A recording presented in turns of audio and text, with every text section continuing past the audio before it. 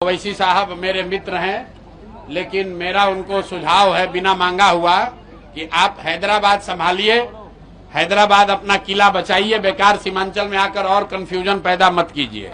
उनको हैदराबाद में रहने दीजिए।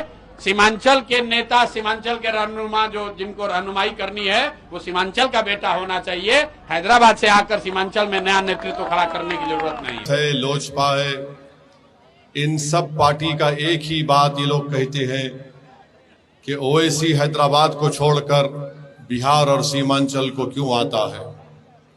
आप सुनते होंगे कि बार बार यही कहते हैं कि उसको क्या जरूरत पड़ी यहाँ पे आने की, और हम पर इल्जाम लगाते हैं कभी वोट काटने का तो कभी बोलते बाहरी है। मगर हम आपको बताना चाहते हैं कि बिहार भारत का हिस्सा है और रहेगा इंशाअल्लाह। हैदराबाद भारत का हिस्सा है और रहेगा इंशाअल्लाह ताला। तो कोई माइका लाल, इन सियासी पार्टियों का नेता ये नहीं कह सकता कि असदुद्दीन ओवैसी बिहार को क्यों आ रहा है या सीमांचल को क्यों आ रहा है। हम जब तक अल्लाह हमको जिंदा रखेगा हम सीमांचल को आते रहेंगे। कोई माइका लाल अगर हिम्मत है तो रोक के दिखाए हमको। और हम क्यों आते हैं आपको बताते हैं। 20 साल यहां पर सत्ता बिहार की जनता ने कांग्रेस को दी, 15 साल बिहार की जनता ने, सीमांचल की जनता ने लालू परिवार को मुख्यमंत्री बनाया।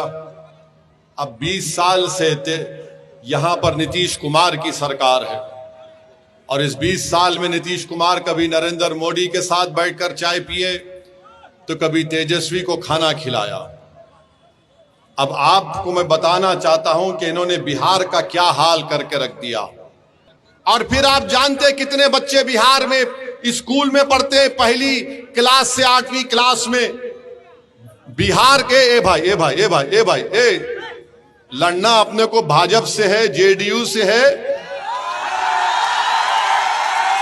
और उसको हराना है जो 5 साल से विधायक तो था मगर अपने नेता तेजस्वी और अपने ठेकेदारों को छोड़कर 15 नाम किसी का नहीं बोल सकता हो।